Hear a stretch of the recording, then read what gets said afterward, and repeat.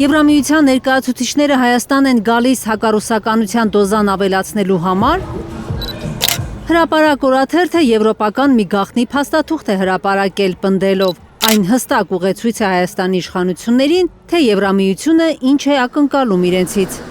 Ըստ լրատվամիջոցի մայիսի սկզբին Երևանում կայանալիք Հայաստան-Եվրամիություն գագաթնաժողովի օրակարգում նաև հայկական երկաթուղու կառավարումը ռուսների ձեռքից վերցնելու հարցն է։ Միջին միջանցքի զարգացման և կայունության համար էական է, որ Հայաստանը լիարժեքորեն ինտեգրվի տարածաշրջանային երկաթուղային և ավտոմոբիլային ցանցերին, միաժամանակ կառավարելով ռուսական ազդեցության աստիճանը։ Հայաստանի արտգործնախարարությունը դեռ որևէ կերպ չի մեկնաբանում մամուլ արտահոսած այս տեղեկությունները։ Եթե մամուլում տարածված տեղեկատվությունը ճիշտ է եւ քննարկվող հարցերից մեկն էլ երկաթգիծն է, նշանակում է ճիշտ է նաեւ մեր այն եզրահանգումները, որ Հայաստանը հայտնվել է արտաքին կառավարման ներքո Եվրոպական միության կողմից եւ ուղղակի Եվրոպական միությունը այստեղ ցանկանում է անել այն, ինչ բխում է իր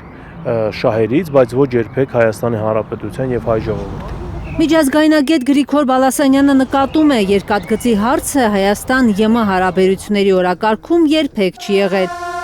Եվ եթե հիմա իրոք հայտնվել է, դա վկայում է Հարավային Կովկասում Մոսկվայի դերակատարությունը նվազեցնելու Արևմուտքի պահանջի մասին։ Եվրոմիությանը պետք է, որպեսզի այդ երկաթգիծը խլվի ռուսների ձեռքից, որպեսզի ռուսները այստեղ չունենան հերթական տնտեսական լծակը, որպեսզի ռուսները չկարողանան ազդել տարածաշրջանային կոմունիկացիաների բացման այն բանաձևի վրա, որ ցանկանում է Եվրոպական միությունը։ Եթե իրականություն դառնան եվրոպացիների պլանները,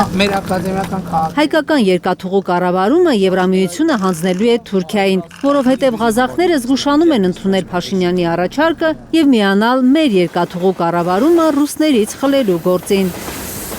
Միջին կամ պանթուրանական միջանցքի ծրագիրը կյանքի կոչելու համար է կարևոր հայկական երկաթուղին թուրքերի կառավարմանը հանձնելը, կարծում է միջազգայնագետը։ Դա կապ չունի տարածաշրջանում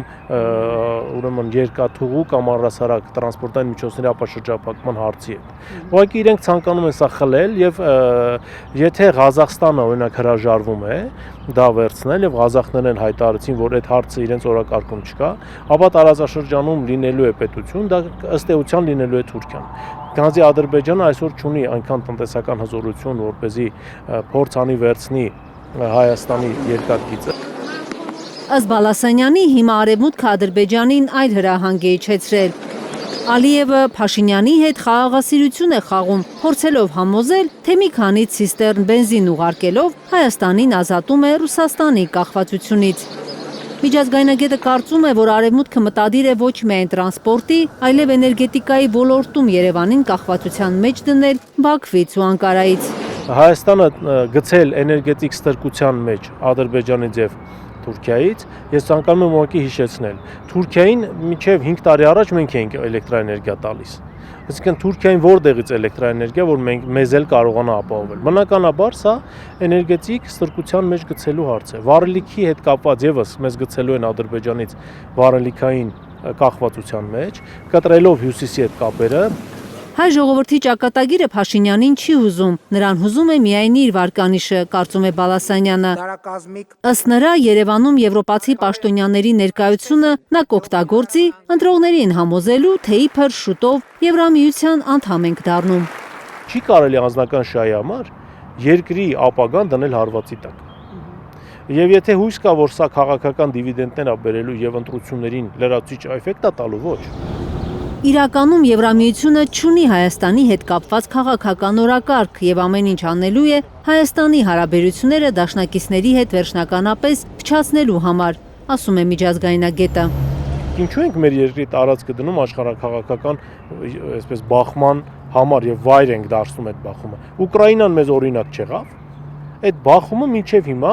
արժեցել է մի քանի տասնյակ միլիոն ուկրաինացու կյանք եւ նրանք դարձել են փախստական։ Կարնե Մանգասարյան, Միլենա Պողոսյան եւ Էլեն Յահինյան, Հայլուր։